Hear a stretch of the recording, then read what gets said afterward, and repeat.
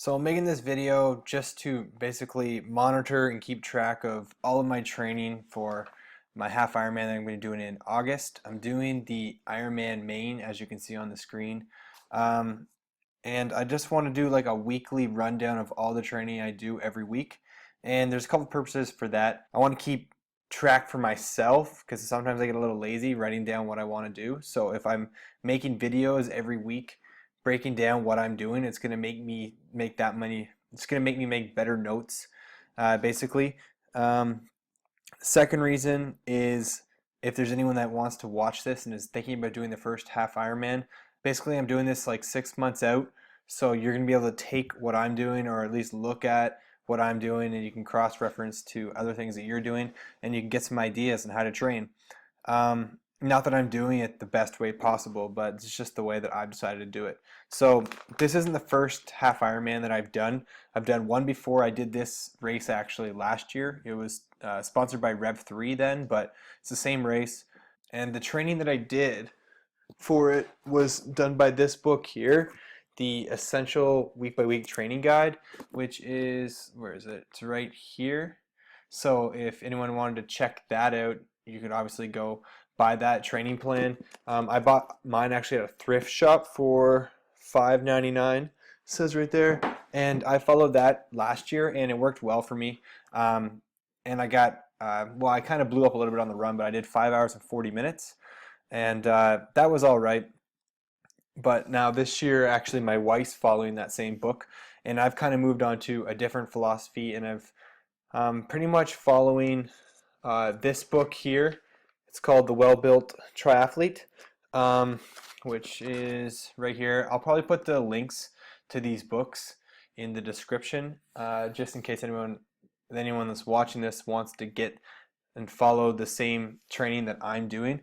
I'm pretty much following that book spot on, except I'm adding in a couple things that I like to do on top of that, basically making small adjustments, but roughly following that book. And it's definitely a really good read, even if you don't plan to follow that plan. He talks about a lot of things about injury prevention and stuff like that. So definitely highly recommend The Well-Built Triathlete. So without further ado, let's get into what I'm actually doing or what I did this week. So if I go into my Strava training log, you can see this week right here I did 10 hours and 30 minutes of training, which is a huge jump from the week before, but that's just because I was sick last week, so I had to take a couple days off. And you're gonna see that because I didn't do that many, or you're gonna see because I didn't do that much working out last week, that I actually went a little overboard this week on a couple of my training days. Uh, Probably just because, I felt a little guilty about not getting some of the stuff in. But yeah, this is essentially week one of the training phase for this specific race. Everything up to that point, everything down here, February, January, I'm putting in a lot of kilometers, but all this stuff was a lot of just base miles, a lot of power intervals to build strength. And now I'm finally starting to build into this specific race for the next 6 months. So Monday, the first thing I was supposed to do was a ride low stress up to 2 hours. So I'm supposed to keep it basically in zone 1, zone 2 the entire time. So if I actually take a look at it once it loads, um, you'll see, I don't know if you guys know anything about Zwift, but if you do, I actually signed up for a race and did a race. So that was definitely not zone 1, zone 2. I went way overboard than what I was supposed to do. I did 46 minutes, so it wasn't really that long of a race, 28.7K, but I averaged 270 watts throughout that, which is definitely way too hard for zone 1, zone 2 for me. I don't have an FTP that high. So basically, it's great that I got that workout in, but that was definitely not following the training plan. So if you wanted to follow the proper thing, it would be just up to 2 hours, keeping it nice and easy, zone 1, zone 2 the entire time. And that would be your Monday. Moving on to Tuesday, I have to do 2 workouts on that day. I do a swim. Usually I get it in at lunchtime, but as you can see, I got it in at 4 o'clock, so at the end of my workday. My description isn't too clear. What I actually did was I did 4 rounds of 3 by 50 and then straight into a 200. So I did 3 50s in a row, and every time I came out onto the top of the pool deck and dove back in, just to get my heart rate up, just like kind of like a start of a race. And I would do that 3 times and then go right into a 250 at pace, race pace roughly. And I guess the whole purpose of that, this whole workout is just to get you used to getting your heart rate up really, really hard, really fast, like it's going to be in the race, and then holding that 250 meters just basically at race pace and trying to settle out your heart uh, as you keep going. So I found that workout actually to be quite difficult, even though it was only 1,600 meters. I found it pretty tough. I'm actually the of the three disciplines, swimming is the worst for me, so I'm always struggling for swimming. But yeah, that was my workout for the run. I pretty much followed it right to a T on that day. I was supposed to work it up from 4 rounds all the way up to 6 rounds, so I'll progressively do that in the coming weeks.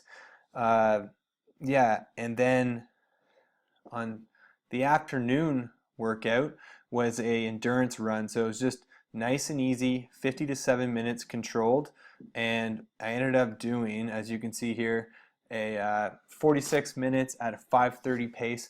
And 5:30 pace is definitely an easy pace for me. I would say anything anywhere between 5:15 to a 5:30, 5:35 pace is easy pace. So yeah, my Tuesday run was spot on. I did a perfect workout. Wednesday, moving on, I was supposed to do a key race specific ride, uh, 1.5 to 3.5 hours, and then in the middle I had to do a couple different basically race paces. I had to hold 5 minutes for under race pace, then 10 minutes at race pace, and then 5 minutes over race pace. So I actually have the workout up here on Zwift, what I actually did. So as you can see here, I did a little warm up for 5 minutes, and then I held 5 minutes just under race pace, which is 210 watts roughly for me, and then I did 5 minutes easy, and I did that 3 times. And then once that was over, then I went into 10 minutes at race pace. So my goal for my race pace is going to be about 235 watts or so, and that's what I'm going to try to hold for 90K of the bike. So I did that 3 times with a 5 minute easy spin in between each. And then the last thing I did was 2 rounds of 5 minutes over race pace, which I did about 250 watts. And yeah, that was my workout. And then I did just 8 minutes easy after. That ended up being, it says here an hour 43. So this is actually the workout, but what I ended up doing was, let's see what it says here. Yeah, an hour 43. So I followed it exactly, which is good. Thursday, I was supposed to do a key swim. Now, here, I already screwed up. I was supposed to do a key swim, and I was supposed to do a run. So I can say I only did a run. So for the run, it was 60 to 90 minutes, just nice and easy. So that's pretty much what I did again. As you can see, I did 530 or a 5 minute and 30-second pace, which is my easy pace. I ended up doing an hour and 7 minutes or 12.2K, which is pretty much spot on. So when this workout comes around again, I think it comes around every 2 weeks. I'll probably try to add 5 minutes, so I'll go to an hour and 12 minutes and get up to 13K, and I'll just keep building from there right till I get to the 90-minute max, and then I'll stop building from there. And then yeah, so Friday was actually an optional day, so I don't remember why, but Thursday for some reason I couldn't get my swim in, so I did the Thursday swim on Friday. And as you can see by the title, it says "Swim with Kels cut short because we suck at planning," and that is true. We got to the swimming pool. We didn't go to our normal swimming pool, and as we were swimming, they basically were closing. They were kicking us out. There was another swim group that was coming in, so I still got 1,800 meters in, but I think I was supposed to do like 2,100 meters if I recall. Yeah, so I was supposed to do 2 by 300, 2 by 250, 2 by 200, 2 by 150, 2 by 100, and then 2 by 50. And I'm pretty sure I didn't get the 50s done and maybe one of the hundreds. So I did everything else, but I didn't get those last couple sets in. And the whole time I'm supposed to be progressing just a little bit. You're supposed to be doing a little bit more effort as you go shorter and shorter. So yeah, that was a pretty good workout. I like that one. Moving on to Friday, I just had another easy bike day. Zone 1, Zone 2, 60 to 90 minutes. I ended up doing 2 hours. It says here that I did a Saturday Showdown race, but I didn't actually. I just signed up for the race just so I would have people to kind of to try to pick off basically. But I would say for the first 40K of that bike ride, I kept it nice and easy, Zone 1, Zone 2. And then during the last 20K, I probably picked it up a little bit, but really I didn't push it that hard. So all in all, that was a pretty good bike ride. I went a little too fast, definitely, but all in all, good bike ride. And if you're going in Zone 1, Zone 2, it's never really that big a deal if you go a little over what you're supposed to do, because you're only just going to be improving your endurance a little bit more.